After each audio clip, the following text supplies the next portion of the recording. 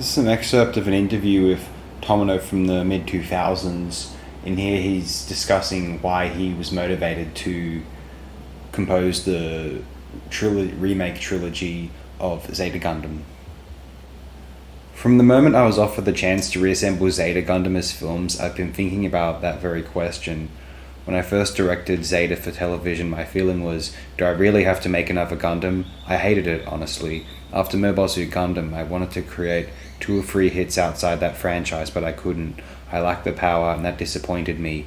There were also problems with the production environment, with my relationship with Nippon Sunrise, now Sunrise. The television anime industry back then only knew how to make year-by-year products tied to the business cycle. It wasn't wrong, but resigning myself to that felt humiliating. So if I had to do Zeta, I decided to use the Gundam name as leverage to make the statement I wanted. That statement was simple. If you watch nothing but anime, you'll become an idiot. In other words, if you confine your thinking in the frame of TV anime, you'll stunt yourself. To express that, I made the protagonist enacted, Camille spiraling into madness. That was the only way I could make the point felt. In short, I crafted an antithesis to TV anime within the medium of TV anime itself, pushing viewers to break away from their dependence on it.